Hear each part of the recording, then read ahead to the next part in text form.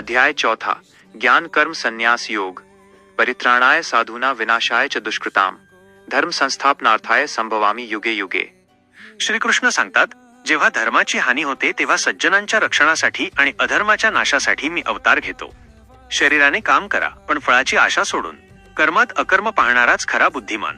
केवळ काम सोडणे संन्यास नाही, तर आसक्ती सोडणे हा खरा त्याग आहे। केवळ विधी म्हणजे यज्ञ नव्हे, दान, संयम आणि तप हे देखील यज्ञ आहेत। परंतु ज्ञान यज्ञ सर्वश्रेष्ठ आहे, कारण ज्ञानात सर्व कर्मांचा शेवट होतो। ज्ञानासारखे पवित्र काहीही नाही। ज्याप्रमाणे अग्नी लाकूड जाळतो, तसा ज्ञानाचा अग्नी सर्व पापे आणि कर्मबंधने नष्ट करतो। यासाठी श्रद्धा आणि इंद्रिय संयम आवश्यक आहे। संशय घेणाऱ्याचा नाश होतो, संशयात्मा विनश्यती। म्हणून अज्ञानाचा संशय ज्ञानाच्या तलवारीने कापून टाका आणि निष्काम भावनेने आपले कर्तव्य करा। संशय सोडा, ज्ञानी बना आणि फळाची चिंता न करता कर्तव्य बजावा।